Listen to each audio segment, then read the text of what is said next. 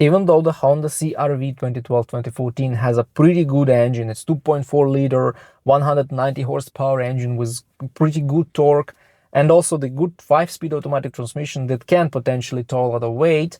The official manual for the Honda CR-V of the 4th generation says it can tow only 680 kilograms or 1,500 pounds. And it doesn't matter much whether it's a trailer with brakes or without brakes, because I believe the manufacturer knows that the rear suspension in this car is pretty weak. And if you tow a lot of weight, more weight than is stated in the manual of this car, you may actually have problems with rear coils, and the rear end of your car will sag a little bit, and it will be visible, and it will affect the position of the wheels, of the rear wheels, and this new position of the wheels will actually affect the tires. You will have to pay a lot if you overload the car, if you tow more than Honda recommends you should tow. So it's 1,500 pounds or 680 kilograms.